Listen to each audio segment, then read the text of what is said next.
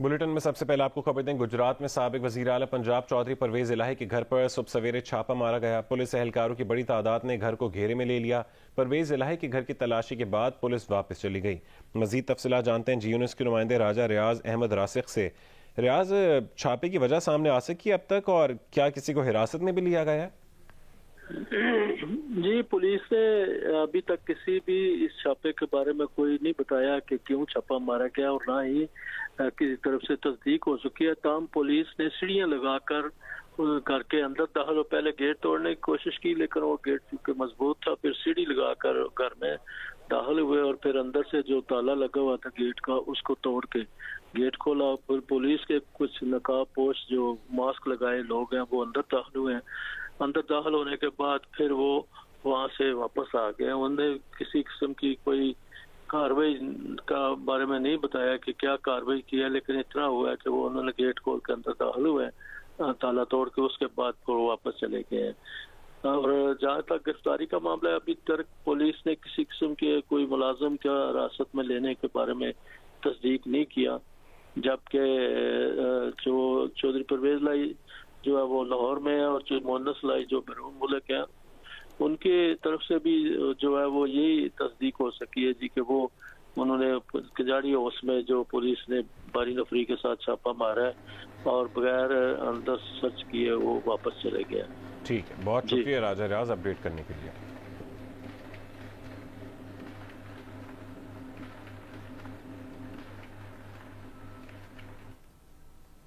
راولپنڈی، لال حویلی اور متروکہ وقف املاک کے مابین جائیداد کا تنازع۔ ایڈمنسٹریٹر وقف املاک نے شیخ رشید کو 3 فروری کو طلبی کا نوٹس جاری کر دیا ہے۔ مزید تفصیلات جانتے ہیں نمائندہ جیو نیوز شبیر ڈار سے۔ Shabbir Dar, Lahore high court Pindi bench نے وقف املاک کو کیا حکم دے رکھا ہے؟ جی، متروکہ وقف املاک راولپنڈی کے ایڈمنسٹریٹر نے سابق وزیر داخلہ شیخ رشید کو پرسوں 3 جنوری کو طلب کیا ہے۔ شیخ رشید نے وقف املاک کی جانب سے لال حویلی کے 7 یونٹس کو سیل کرنے کے خلاف اپیل دائر کر رکھی تھی۔ پرسوں 30 جنوری کو لال حویلی کے 7 یونٹ سیل کیے گئے، جس کے بعد شیخ رشید نے Lahore high court Pindi bench میں لال حویلی کے 7 یونٹ سیل کرنے کی درخواست دائر کی تھی۔ عدالت نے لال حویلی کے 7 یونٹس ڈی سیل کرنے کی استدعا تو خارج کر دی تھی، البتہ متروکہ وقف املاک کے ایڈمنسٹریٹر کو حکم دیا تھا کہ شیخ رشید کی پہلے سے دائر اپیل کے بارے میں 15 روز کے اندر فیصلہ کریں۔ شیخ رشید نے اس سے قبل بھی لال حویلی کے خلاف کارروائی روکنے کے لیے عدالت سے حکم امتناعی کی درخواست دائر کی تھی، عدالت نے وہ بھی خارج کی تھی، لہذا اب شیخ رشید کو لال حویلی سے متعلق کارروائی کے بارے متروکہ وقف املاک نے سے ہی رجوع کرنا پڑا، جس کے لیے انہیں 3 جنوری کو طلب کیا گیا ہے۔ بہت شکریہ شبیر ڈار اپڈیٹ کرنے کے لیے۔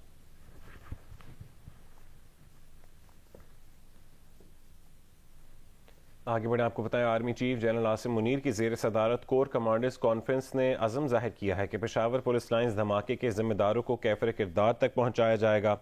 آرمی چیف نے کور کمانڈرز سے خطاب میں کہا ہے کہ دہشت گردوں کی بزدلانہ کارروائیاں قوم کا عزم متزلزل نہیں کر سکتیں۔ یہ کارروائیاں دہشت گردوں کے خلاف زیرو ٹالرنس کے عزم کو مضبوط کرتی ہیں۔ ISPR کے مطابق آرمی چیف نے کور کمانڈرز کو دہشت گردی کے خلاف آپریشنز پر فوکس جاری رکھنے کی ہدایت کی ہے۔ اس سے پہلے کانفرنس کے شرکاء کو موجودہ اور ابھرتے خطرات سے آگاہ کیا گیا۔ کانفرنس میں دہشت گردوں اور ان کے حامی میکنزم کے گٹھ جوڑ کو توڑنے کے آپریشنز اور مقبوضہ جموں و کشمیر کی موجودہ صورتحال پر بھی بریفنگ دی گئی۔